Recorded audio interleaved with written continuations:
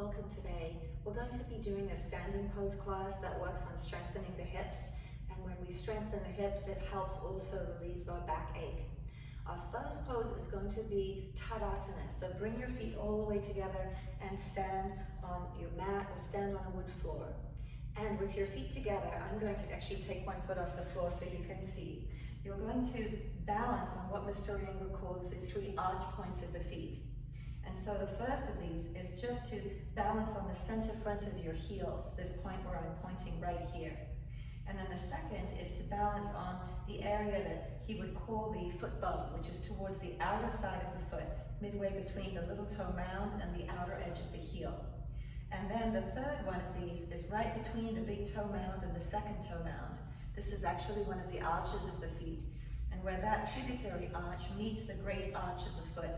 So you want to see as you stand and balance yourself on your feet that you can take these 3 arch points, center front of your heel and towards the foot bone side, and also right between the big toe mound and the second toe mound, and that those 3 points start to find themselves on the floor and also find a balance between them. And so you want to observe that one of them is overtaking or perhaps pressing more deeply, more fully into the floor than the other.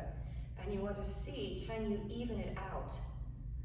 Mr. Iyengar would use lots of wonderful analogies to find various parts of the body, because every pose is expressed in every part of the body. And so he would talk about certain points that we're pressing down or seeking to find as almost like a volume control, in the days when we would turn the volume up and turn the volume down. So in order to find this idea of balance of these 3 arch points of the feet, you want to perhaps observe if one of those points is quite loud, can you dial down the volume on that point?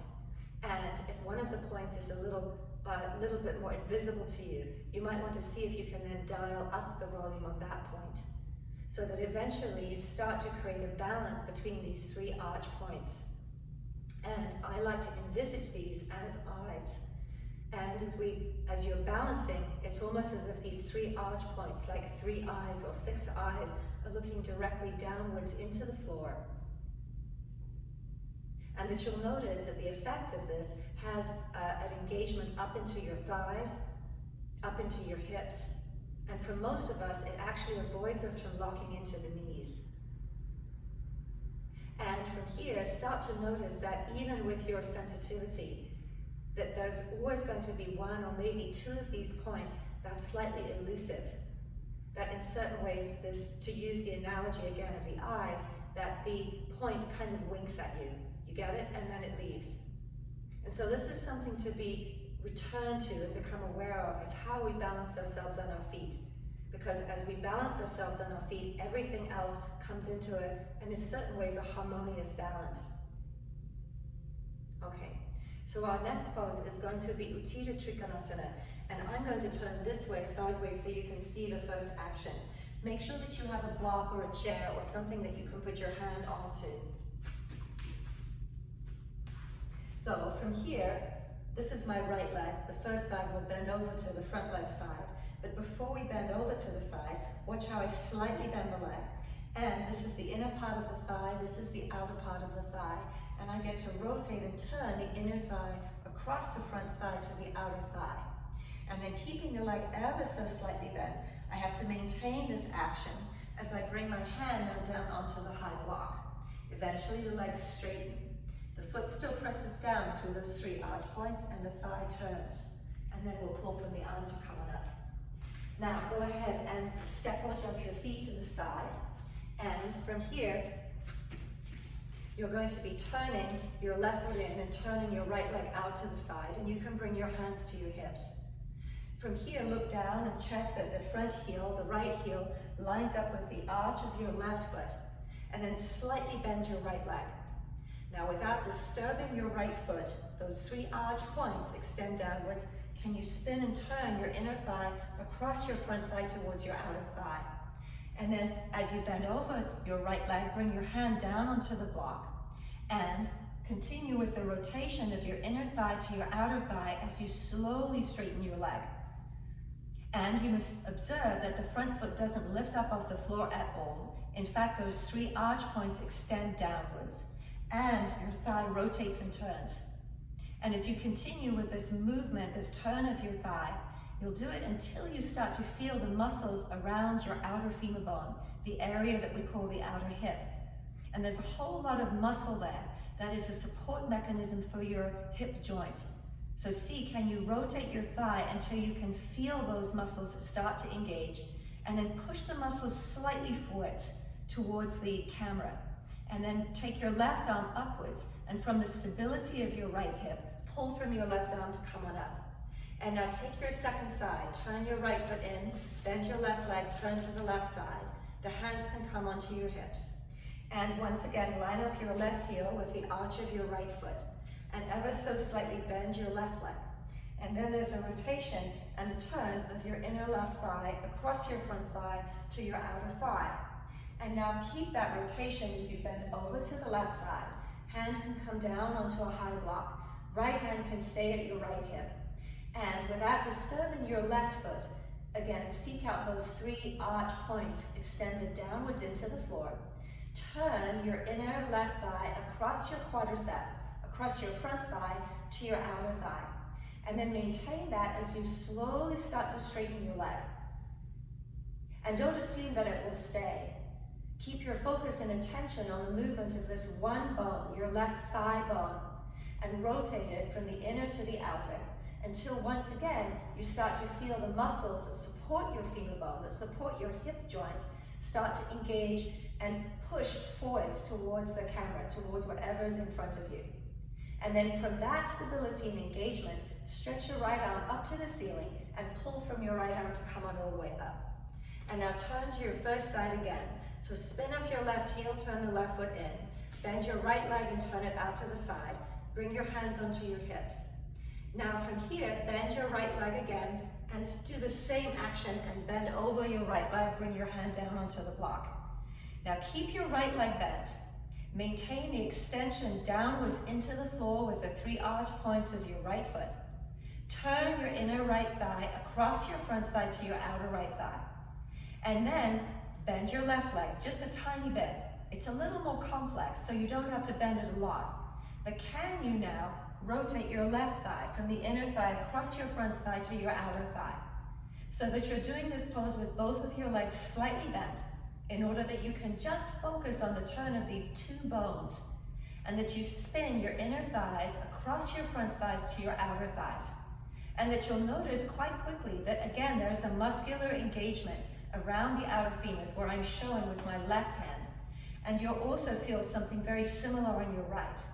Now, can you let them speak to each other? They are, of course, your legs we're talking about. So as you turn and spin your inner thighs across your front thighs to your outer thighs, there is an engagement of your hips, an engagement that almost feels like muscle building. So can you maintain that as you slowly start to straighten your legs? And the turn has to continue on the left side and the right side. And then from here, as you maintain that, again, seek out the floor with the right foot, with the 3 arch points, particularly the one between your big toe and your second toe. And as you keep that, stretch your top arm up, left arm up, grip and engage through the muscles of your outer hips, turning your inner thighs across your front thighs to your outer thighs, and then from there, pull yourself up and out of the pose. Now take your second side, turning your right foot in, bend your left leg, turn to the left side. Hands come down onto your hips. Always look down and check that your front heel lines up with the arch of your back foot. Bend your left leg, rotate your left thigh, and bend over your left leg and bring your hand down onto the block. Now keep your left leg bent and bend your right leg just a little bit like I'm showing. And then from here, can you spin and turn your thighs again, rotating your inner thighs across your front thighs to your outer thighs. Now as you do your left leg, the right leg will in certain ways undo a little bit. And if you work just your right leg, the left leg will undo a little bit. So see if you can interact both of your legs, turning evenly the right, evenly the left, until again you can feel the support system building up in the muscles around your outer hips. And then from here, slowly straighten your legs and see if you can maintain this support system. And then reach downwards into the floor with the 3 arch points of each of your feet and stretch your top arm upwards towards the ceiling. Now from the engagement of those muscles around your outer hips, lift your chest and lift from your top arm to come on all the way up. And then turn your feet and step or jump your legs all the way together. Our next pose is Uttita Parshvakonasana. You're going to use blocks once again. This time you can turn the blocks to the meeting height. Bring your feet together to Tadasana, and then bring your hands to your chest, bend your legs, step or jump to the side. This is a wide pose, so take a wide distance between your feet, and then turning first to your right side. Your left foot turns in, bend your right leg and turn to the right side. Now bring your hands to your hips again, and we're going to work on the front leg, the bent leg of Uttita Parshvakonasana in the same way as Trikonasana. So as you bend the leg, there is a movement in the turn of your inner thigh across your front thigh to your outer thigh. Move your outer thigh down. And I'm going to turn so that you can see my outer thigh. And as you bend the front leg, the outer thigh has to move downwards towards the floor. Similarly, the outer hip also has to move downwards towards the floor. And then keep that as you bring your hand now down onto the block and pull your outer thigh downwards towards the floor. And now take your top arm up and turn it over and stretch it alongside your left ear. And then pull from your left arm, inhale and come on up. And then turn to your second side, turning your right foot in, turn your left leg out to the side, bring your hands to your hips. And as you bend the leg, again, it's your outer left thigh that descends. It's a similar turn of your inner thigh across your front thigh to your outer thigh. But almost imagine that your outer thigh is heavier. And if we can catch that it protects not just your hip joint, but also your knee. Your knee tracks directly above your ankle. Now when you bring your hand now down onto the block, pull your outer left thigh downwards towards the floor. Lift your chest upwards towards the ceiling and stretch your top arm up. Now turn the palm over by your ear. Now straighten your back leg and move your outer left thigh and hip downwards towards the floor. Push your left hip forwards towards whatever's in front of you. And from the stability of your hip, use your top arm and inhale and come on all the way up out of the pose. Now take your first side again, turning your left foot in, bend your right leg out to the side. And now keep your arms out to the side this time.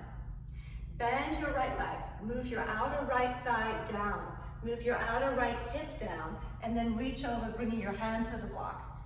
Bring your left hand onto your hip for now. Now can you add your left leg, add your back leg?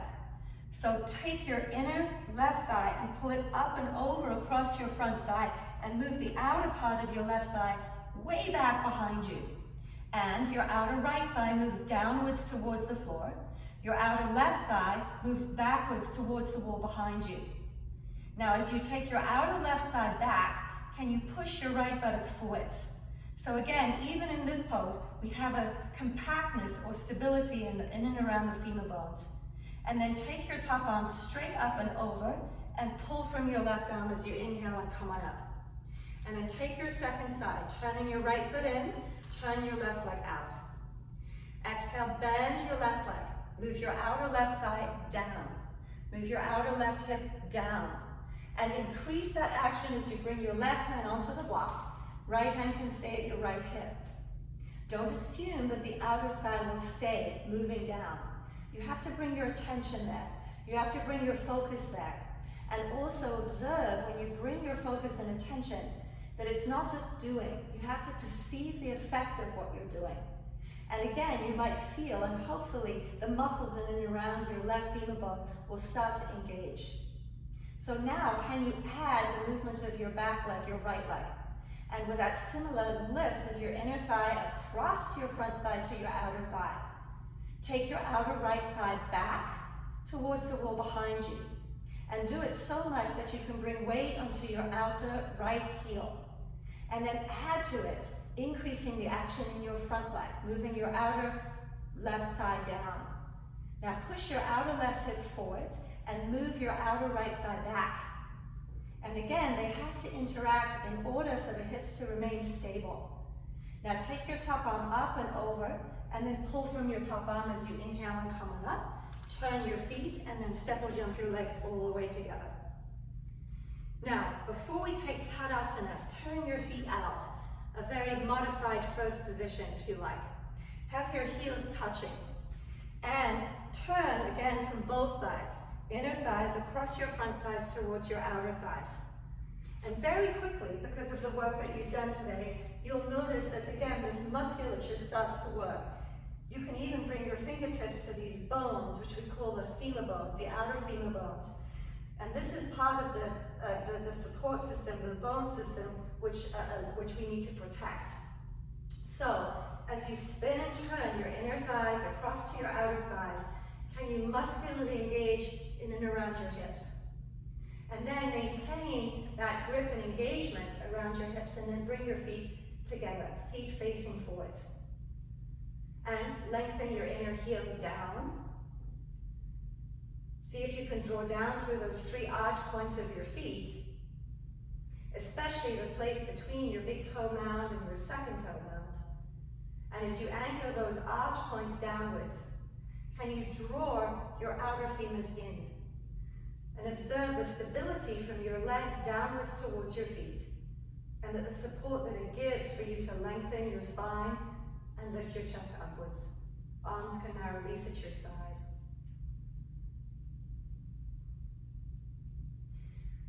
We're going to take Vrikshasana, tree pose. There's a wall directly behind me, and I'm going to recommend that you use the wall for this pose. The only part of you that's going to touch the wall will be your 2 elbows. So my elbows will be ever so slightly behind. And you'll stand 3 to 4 inches away from the wall. Be on one surface. I had to move my mat so that I'm just standing on the wood floor.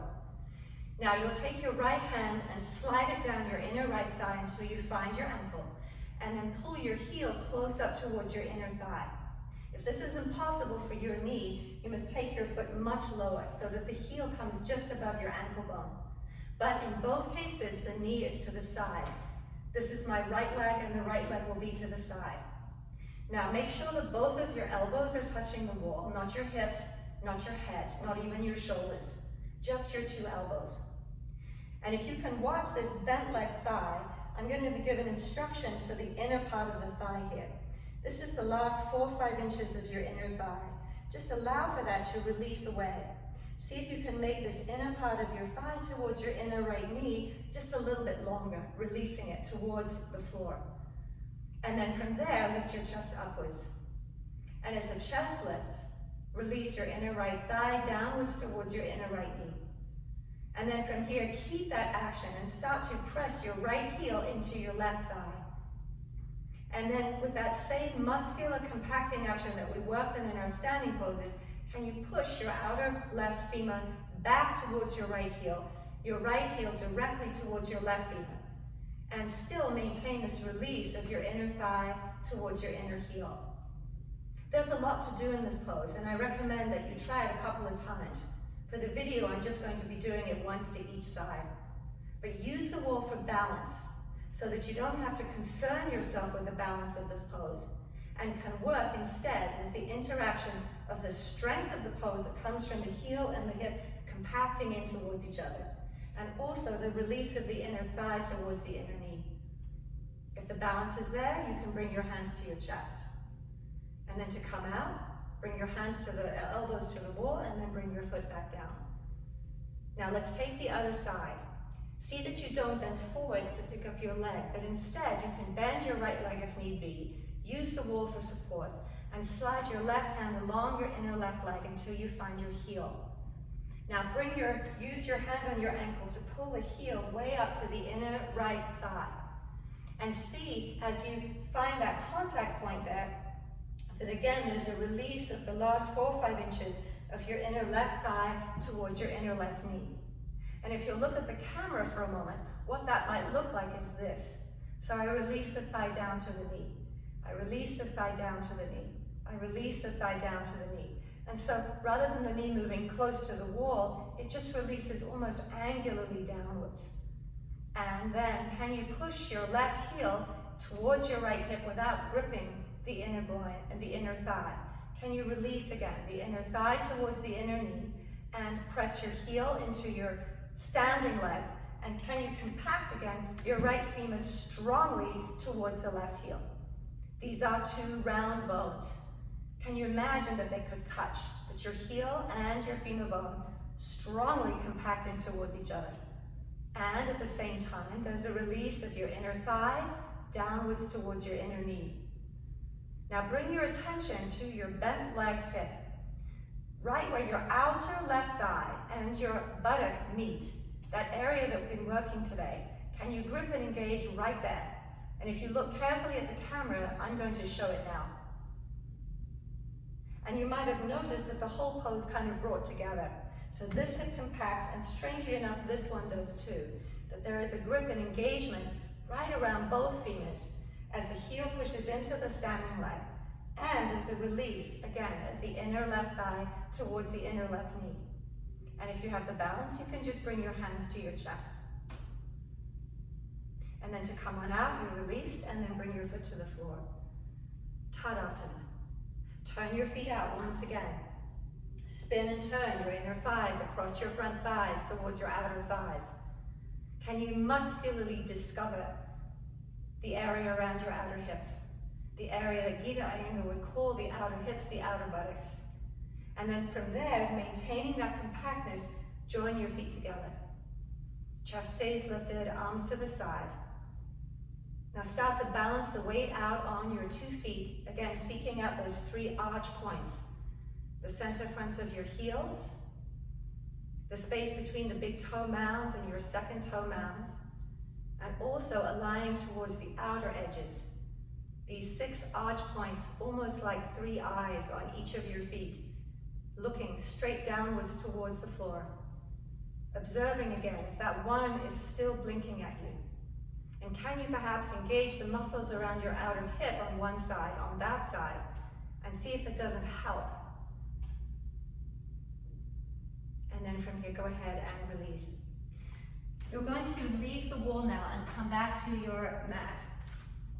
And we're going to take Adho Mukha Svanasana, downward facing dog. Now from here, if you can just watch the pose, you'll start off with your wrists above below your shoulders and your knees directly below your hips. So it's a slightly shorter variation of the pose today. The fingers are spread out. And notice when I tuck my toes under, I lift the buttocks up and extend the legs and the arms straight. Now we're going to use this pose in the same way that we've been working today. Can we in fact find the muscular support around our outer hips? So to do that, I'm going to have you bend your legs. And you see how I move my knees out and my heels slightly in. I'm going to adjust so I can balance just on one hand to show you this. The inner thighs once again move across the front thighs towards the outer thighs until you feel this engagement in and around your hips once again. So I'm going to show and see what that might look like. So I'm going to let it go now. And then I grip again from the outer femurs, and then from here I maintain the engagement around the hips. And then from here, I stretch the heels back without losing that, again, that feeling of engagement of the muscles around the hips. And this is so important for those of us who pulled our hamstrings and those of us who have a tendency to lock into the knees. But I'm going to let it go for a moment, and you'll see when I don't use those muscles, what happens to the pose. And then I'm going to reapply it. And then you can bring your knees to the floor. So go ahead and take your hands so that they're facing, they're directly underneath your shoulders. Spread the fingers out.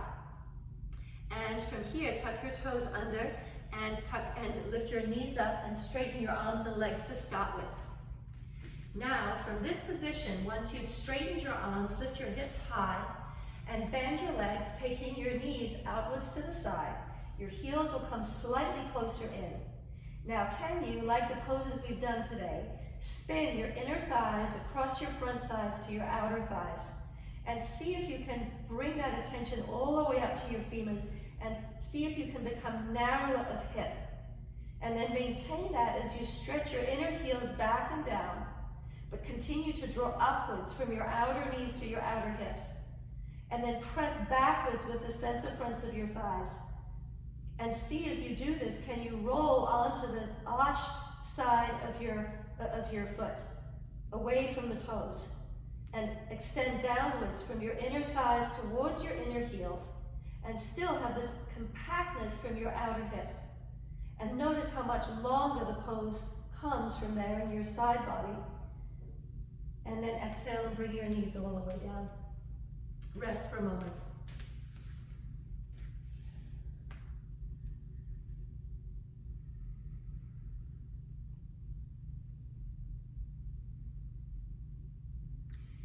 This is a basics class, so I will not be including headstand, but if you do have a headstand practice, now would be the time to insert that pose. But we're going to go straight into a supported variation of a pose we call Dandasana. And I'm going to suggest that you bring your mat close to a wall and take a couple of blankets. And I've got 2 blankets here. You can always go up onto more blankets. Take a block as well. And you see how I sit very, very close to the wall, and the block is in front of the blankets, and then you'll bring your feet to either side of the block.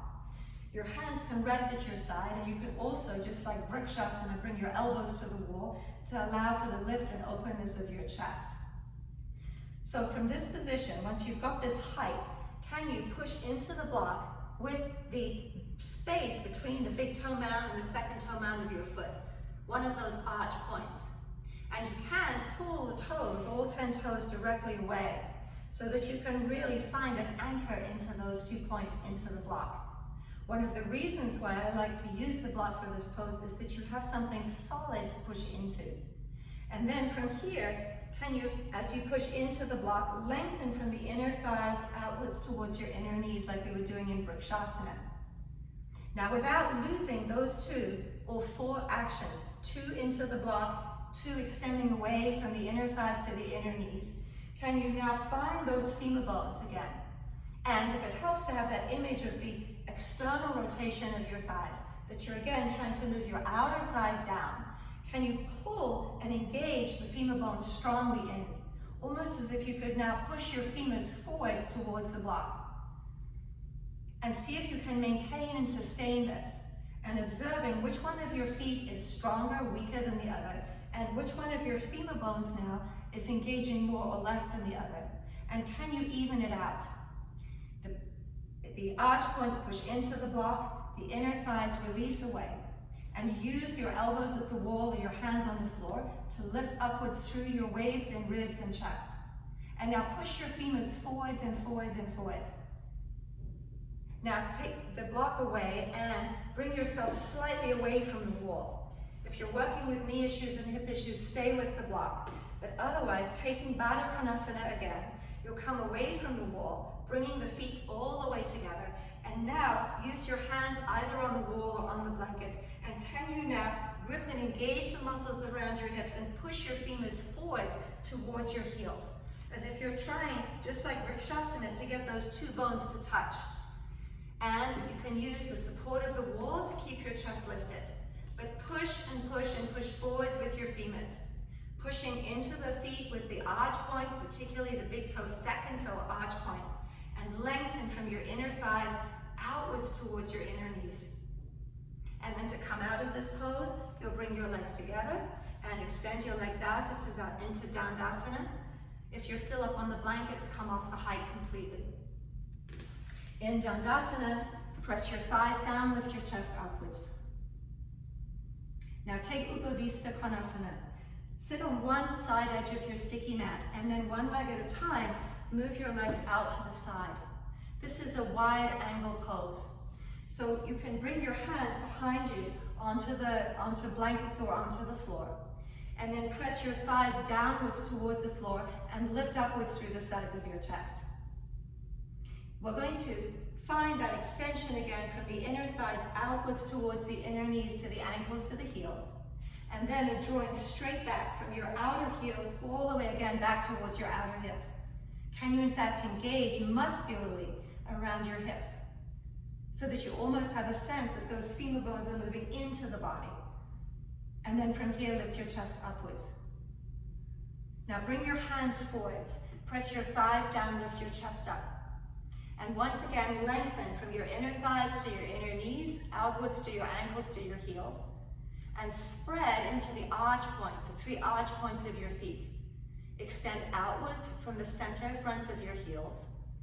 Extend further from the space between the big toe mounds and the second toe mounds. And then spread the side, the foot bone side, the outer edge of the foot away, spreading your little toe away from your big toe. And then from here, draw back from your outer knees towards your outer hips and lift your chest up. As you lean slightly forwards, can you observe which one of your thighs and sit bones is closer to the floor than the other? And you might find that one is a little lighter, and it might be that very same one that you've observed today where the hip is not so strong. The muscles around the femur bone are not so strong. Now, if it's your right hip, press your left hand slightly forwards and down, and see if you can assist bringing your right thigh down and your right sit bone down a little bit more. Keep your chest lifted, legs straight. If it's your left, then you have to adjust and push slightly forwards and down with your right hand. But now see if you can try and create a sense of evenness. Thighs down, chest up. This pose can be held for an extended period of time, 5, 10, 15, even 20 minutes. And for those of you who have any hip issues, this is your pose to be taken daily. And then from here to come on up, you can bring your hands to your inner knees, bend the legs, and bring the legs all the way back together. So we're going to take Sarvangasana now. If you don't do a shoulder stand, you can set yourself up in Dandasana again, the same pose that we just did a moment ago. But to set up for your shoulder stand, I'm going to show a basic setup. If you need a chair for Halasana or you need a wall to help you get into the pose, make sure that you have that. You'll need minimally 3 blankets. And notice that I have the folded edges facing the same direction and they're stacked one above each other.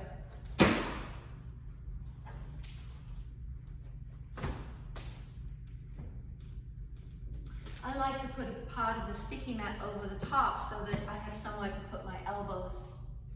And also a block or a bolster to help you get in and out of the pose.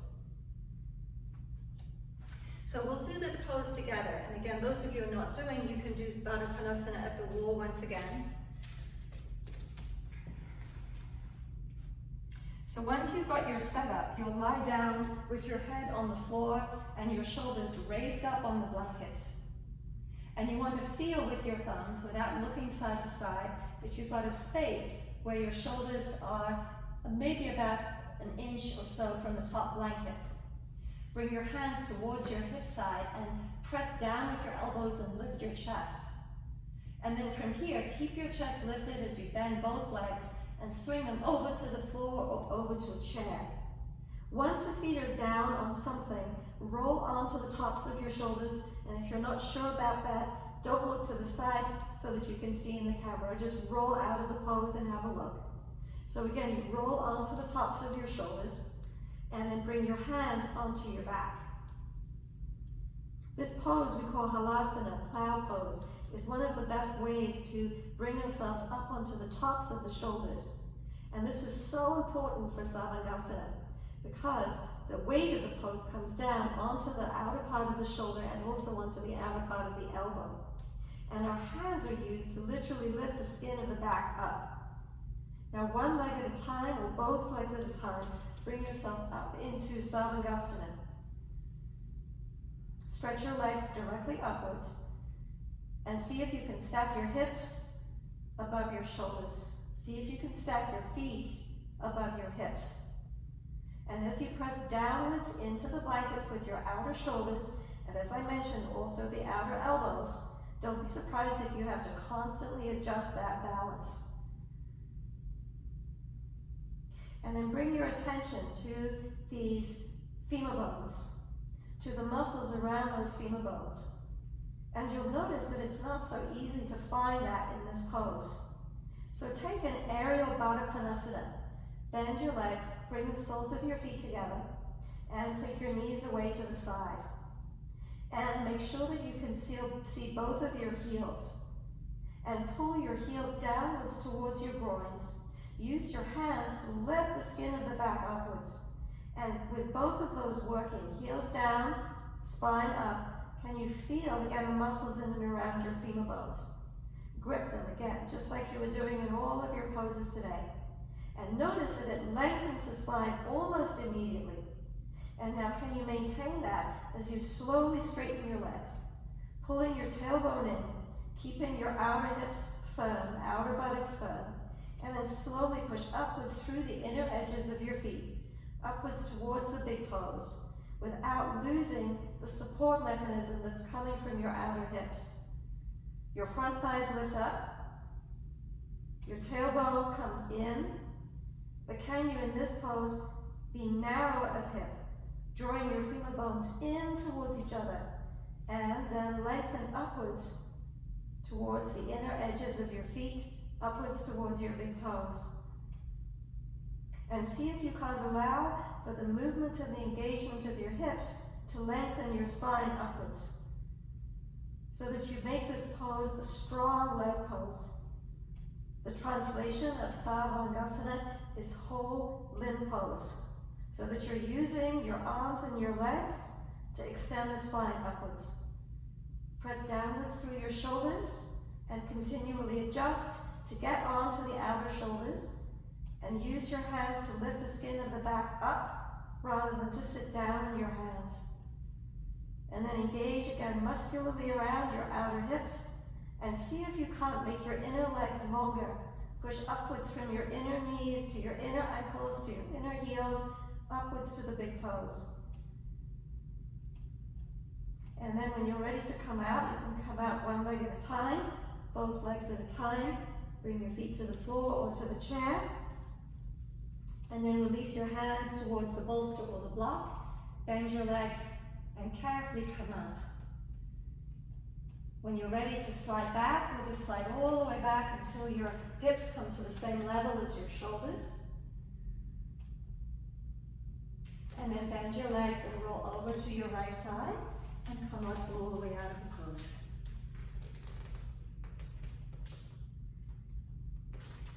Thank you for joining me today.